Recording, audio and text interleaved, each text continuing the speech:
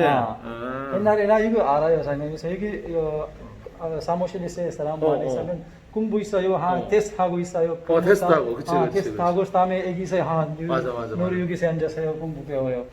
반가워. 네, 고맙습니다. 아이고.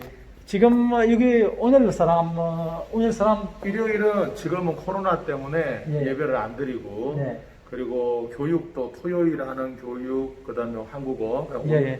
사회통합 전부 다 지금은 다 온라인으로 온라인으로. 지금 다 온라인으로 하고 있지. 네, 알겠습니다요. 네, 사장님 지금 나가요. 지금 만나서요. 반갑습니다. 파키스탄 친구들 반갑습니다. 우리 로뎀에서 만나요. 예, 감사합니다. 네. 예.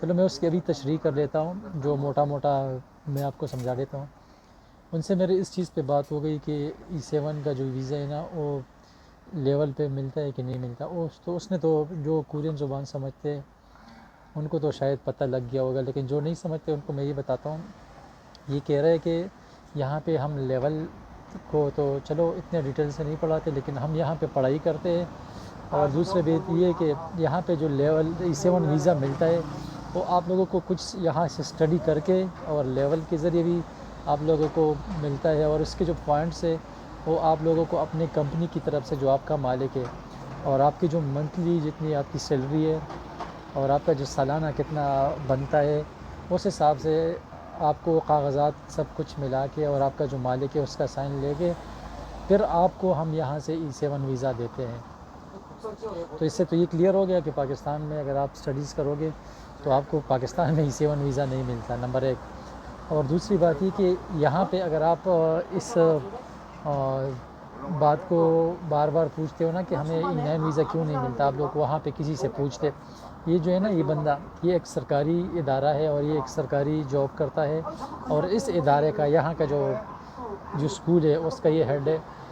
وہ مجھے اس سے میں نے پوچھا کہ E9 کا جو اسٹڈیز لوگوں نے کی بھی ہے ہمارے ملک میں اور وہاں پہ ان کا سب کچھ کمپلیٹ ہے، صرف ویزے آنے کا دیر ہے لیکن وہ ان کو ویزا نہیں ملتا، اس کا کیا چکر ہے؟ تو مجھے کہہ رہا تھا کہ یہ تو ہمارا سسٹم نہیں ہے، یہ پاکستان سے ان کو ویزا ملے گا اور اسی ادھر سے ہی آپ لوگوں کو صحیح پتہ چلے گا کہ ہمیں اس چیز کا پتہ نہیں ہے کہ ان کو ویزا کیوں نہیں مل رہا، نمبر دو۔